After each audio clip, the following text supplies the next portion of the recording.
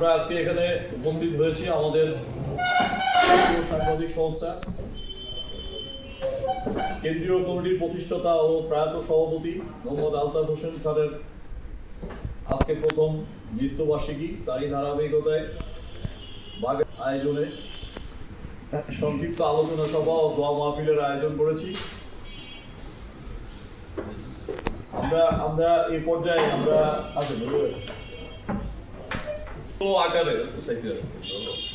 আকারে স্যারের সম্বন্ধে দু একটি কথা বলার জন্য সংক্ষিপ্তভাবে আমরা এই সংগঠনের সাবেক সভাপতি সিনিয়র সাংবাদিক মোল্লা আব্দুর রব মহোদয়কে বিশেষভাবে অনুরোধ করছি।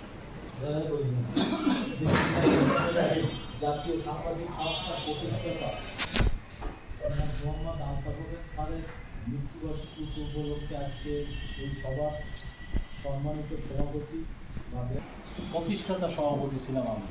তখন আপনারা অনেকে আছেন, যেরকম শওকত সাহেব জানবেন বা রাত জানবেন, অনেকে জানবেন যে গণমত সাবাহত 42/2 হাটখোলা অফিস থেকে ওই এম মোস্তফা আলী ওনার অফিসেই আর কি গণমত নগর বার্তা, ওই জায়গায় আর কি সাংবাদিক সংস্থার অফিস ছিল।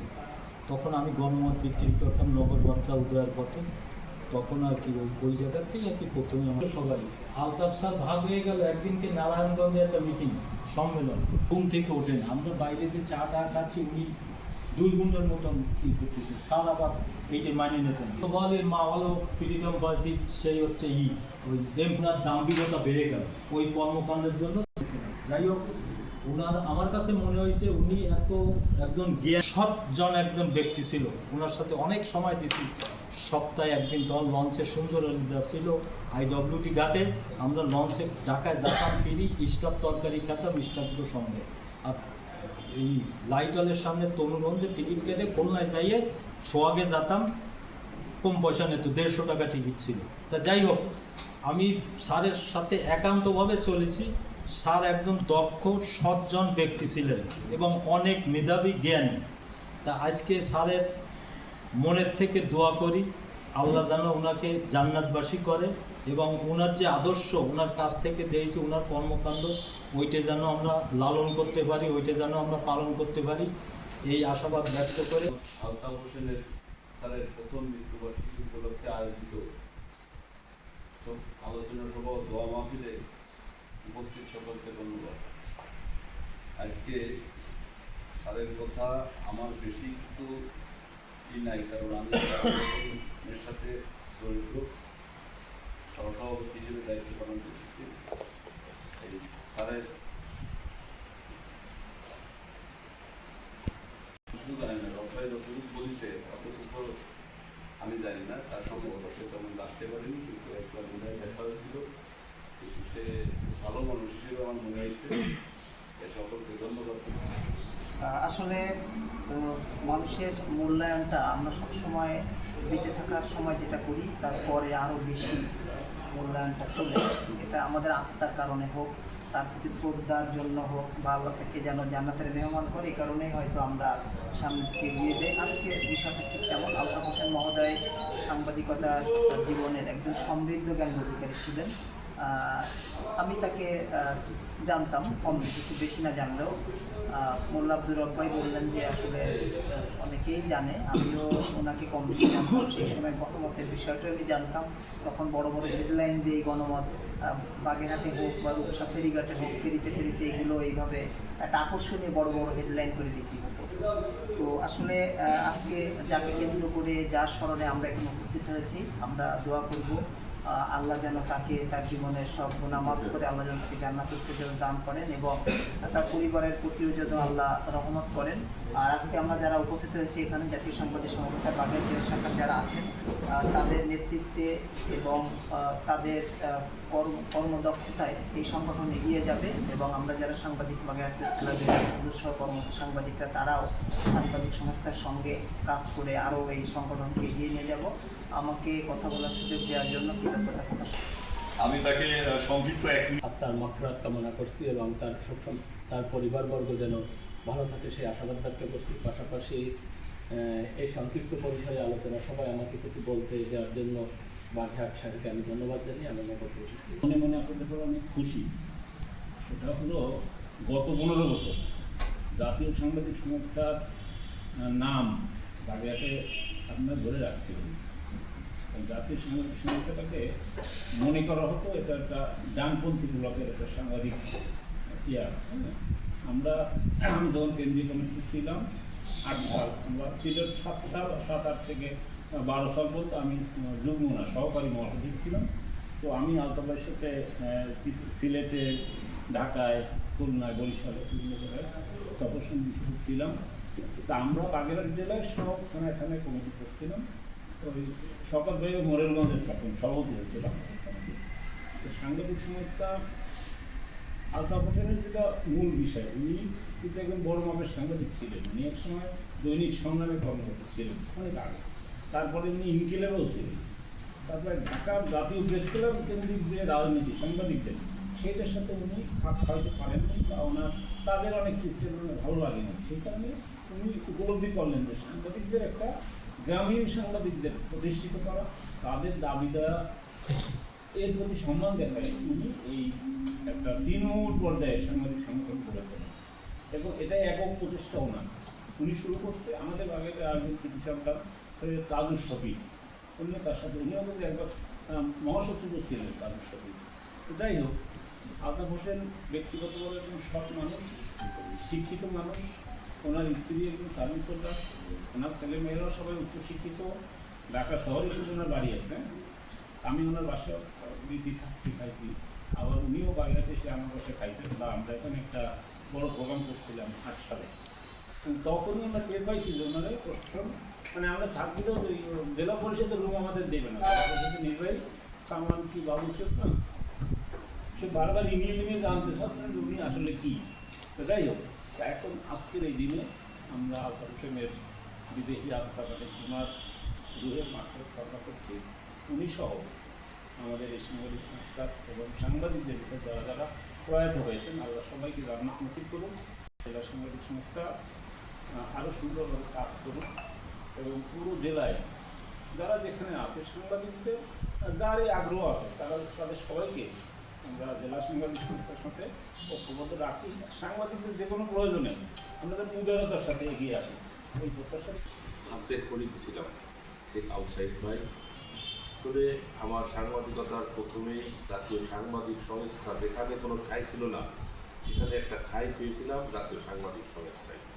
এবং সেই থেকেই আমি জাতীয় সাংবাদিক সংস্থার নাম শুনছি, তাদের সঙ্গে চলছি, সাংবাদিক হিসেবে পরিচয় দিয়ে কোনো একটা ক্লাব বা সমিতির মাধ্যমে চলার জন্য অনুপ্রেরণা পেয়েছিলাম, সেক্ষেত্রে জাতীয় সাংবাদিক সংস্থার কাছ থেকেই পেয়েছিলাম। আজকে সেই সংস্থার একজন চেয়ারম্যান ছিলেন, প্রতিষ্ঠাতা সভাপতির মৃত্যুতে তার আত্মার মাগফিরাত কামনা করছি আমি। এবং সাংবাদিকদের, গ্রামীণ সাংবাদিকদেরকে আজকে যাদের ঠিকানা ছিল না, ঠিকানাবিহীন সাংবাদিকদের একটা ঠিকানা দেওয়ার আস্থা ছিল জাতীয় সাংবাদিক সংস্থা। সেজন্যই আমাদের তার প্রতি কৃতজ্ঞতা জানাই যে আমাদের একটা ঠিকানা করে দিয়েছিলেন। সেই ঠিকানা ধরেই আজকে আমরা অনেকে বড় সাংবাদিক, অনেকে দেশের স্বনামধন্য পত্রিকার বড় বড় পদ দখল করে নিয়েছি। এজন্যই আল্লাহ যেন তাকে মাগফিরাত কামনা করছে আল্লাহর কাছে। এবং আমাদের যারা সাংবাদিক ঘুরে ধরা সমাজে লেখনী যাতে ভালোভাবেই আমরা আমাদের লেখনীকে স্পষ্টভাবে তুলে ধরতে পারি এবং আমাদের বিভিন্ন জনে বিভিন্ন নামে ডাকে, সেই ডাকার থেকে বাদ হয়ে আমরা সাংবাদিক হিসেবে নিজেকে প্রতিষ্ঠিত করতে পারি, সেই আশাবাদ ব্যক্ত করেই বাস্তবতা এবং যুক্তিসঙ্গত কথা বলছে। এ পর্যায়ে বক্তব্য রাখবেন আজকে সভার সম্মানিত প্রধান অতিথি, আমাদের সকলের শ্রদ্ধাভাজন, যাকে সাংবাদিক সংস্থা 2008 সালে মোরেলগঞ্জে সভাপতি হয়েছিলাম। তার আগের থেকে 98 সাল থেকে জাতীয় সাংবাদিক সংস্থা বাগেরহাট জেলা শাখার সদস্য, পরে জয়েন্ট সেক্রেটারি, ভাইস প্রেসিডেন্ট, এবং 2018 সাল থেকে সেক্রেটারি, লিটন ভাই সভাপতি। সেই থেকে আমরা আসি। আমরা এই সংস্থাটি, ভাই বলেছে ডানপন্থী সংগঠন, এটা অবশ্যই ডানপন্থী সংগঠন, এখনও কেন্দ্রীয় জেলা পরিচালনা করে জামাত বিএনপি সমর্থিত। এ কারণে যখন 18 সালে কমিটি করেছিলাম তো সেই সময় এই রবি ভাই আমাকে মহাসচিব বলতো এবং বলতো যে অনেক হুমকি আসবে। আসলে বাস্তবতার চিত্রে 2বার আমাকে এনএসআই ডাকছিলেন যে আপনার এই সংগঠনটা আসলে কি কাজ করে, জাতীয় লেখছেন কেন, এটা কি জাতীয় মানে জাতীয়তাবাদী দল না জাতীয় সমাজতান্ত্রিক দল কি? তখন আমি তাকে ব্যাখ্যা দিচ্ছিলাম যে এটা একটি সাংবাদিকদের সংগঠন এবং 1982 সালে এই সংগঠনটি সরকারিভাবে নিবন্ধন নেয়। তো হাঁটি হাঁটি পা পা করে অনেক বছর অতিবাহিত হয়েছে। আমারও সুযোগ হয়েছে মায়া কানন নামে একটি ভবন আমাদের প্রয়াত সভাপতি মহোদয়, ওখানে আমিও একাধিকবার গিয়েছি। আর সে আমাকে তার ছেলের মতো স্নেহ করতো। সেই ধারাবাহিকতাটাই ধরে রেখে আমরা আসি। মাঝে একটি সমস্যা ছিল, একটি গ্রুপ এখানে এসে সেই সংগঠনটাকে ভিন্ন খাতে প্রবাহিত করার চেষ্টা করায় আমরা সেখান থেকে চলে আসছিলাম। পরে আবার তার স্ত্রী এখন সভাপতি এবং আমার পুরনো আলমগীর গড়ি ভাই, যিনি অত্যন্ত মানে পরিশ্রমী একজন সাংবাদিক, তিনি মহাসচিব হওয়ার পরে আবার আমাদেরকে এই কমিটি উপহার দিছে, এর জন্য তাদেরকে ধন্যবাদ জানাই। এবং আল্লাহ আমাদের এই নেতাকে এবং আমাদের মুরব্বীকে জান্নাতুল ফেরদাউস দান করুক এই কামনা রাখছি। বক্তব্য রাখছেন আজকে সভা বর্ণনা করা হলো যে আমি অনেক জ্ঞানী, অনেক কিছু বুঝি, কিন্তু আমি কিন্তু কিছুই না। আমি একটু বলছি যে এই গ্রামীণ সাংবাদিক সম্পাদক এটা একটা উচিত কথা বলি। সাংবাদিকদেরকে কোনো সাংবাদিক হিসেবে বলে গণ্য করবে পরিগণিত হতে না। পাকিস্তান আমরা বলছি, আমি তো কলেজে পড়ি 1961 কলেজে ম্যাট্রিক পরীক্ষা দিলাম 61 সালে।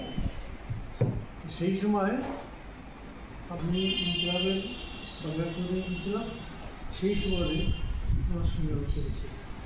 তাই বললাম, আমি বললেন আমি বাংলাদেশে গিয়েছিলাম, আমি তো আমার খুব খবর তো দেয়নি, তাহলে হয়তো ব্যস্ত ছিলে, তুমি কিন্তু বলতে আমি তার কাজের সঙ্গে তখন তার ডাইন হাত হিসেবে কাজ তিনি করেছেন। তবে যে বিভাগ হয়ে গেছে আমি কিন্তু জানি না। আজকে সাংবাদিক পর্যন্ত বাংলাদেশে যারা সাধারণভাবে জীবনে মৃত্যুবরণ করেছেন সবার রোগের মাত্রা কামনা করছি। আজকে উপস্থিত সবাইকে শুকরিয়া জানাই যে আমাদের জাতীয় সাংবাদিক সংস্থা প্রয়াত আলতাফ হোসেনের মাত্রার কামনায় আপনারা সব উপস্থিত হয়েছে। সংগঠনের প্রাণ পুরুষ আলতাফ হোসেন তার মৃত্যুর আগের দিন পর্যন্ত সে চেষ্টা করে গেছে সংগঠনকে সুন্দরভাবে সবার সাথে যোগাযোগ রেখে একটা সুন্দর কমিটি উপস্থাপন করার জন্য যা কিছু করা লাগে সব কিছু সে করার সর্বোচ্চ চেষ্টা করেছে। সে মারা যাওয়ার কিছুদিন পরে কিছু এনজিও স্বার্থন্বেষী লোকেরা সংগঠনকে একটু ভুলভাবে উপস্থাপন করতে চাচ্ছিল। আল্লাহ তাআলার শুকরিয়া যে তার ওয়াইফ এবং তার সন্তানরা আছে, তারা সঠিক লোকের ধারে সংগঠনকে রেখে গেছে এবং সেভাবে এখন সংগঠনটি পরিচালিত হচ্ছে। আলতাফ সাহেবের সাথে আমার বেশ কয়েকবার কথা হয়েছে, দেখা হয়নি, কিন্তু উনি সংগঠনের জন্য যখন যেভাবে আমরা বলতাম সে শুধু একটা কথাই বলতো, একজন সাংবাদিক যেন সংগঠনে জানি থাকে, মানে যে মানে কোনো সংবাদপত্রের সাথে জড়িত না সেরকম কোনো লোক যেন আমার এই সংগঠনে কখনো না থাকে। আমরা চেষ্টা করেছি এবং মৃত্যুর কিছুদিন আগেও তার সাথে সাহেবের সাথে মাধ্যমে কথা হলো। সে একটা কথাই শুধু বারবার বলতো, সাংবাদিকরা কখনো যদি কোনো বিপদে পড়ে তোমরা কিন্তু সঙ্গে থাকবা। আজকে সকলকে উপস্থিত হওয়ার জন্য আমি শুকরিয়া জানাই এবং আমাদের যারা প্রয়াত সাংবাদিকরা যারা মারা গেছে বিগত দিনে এবং যারা সন্ত্রাসী হামলার শিকারে যারা মৃত্যুবরণ করেছে সকলের মাত্রার কামনায় অনুষ্ঠিত হবে। সকলকে ধন্যবাদ জানিয়ে শেষ করছি।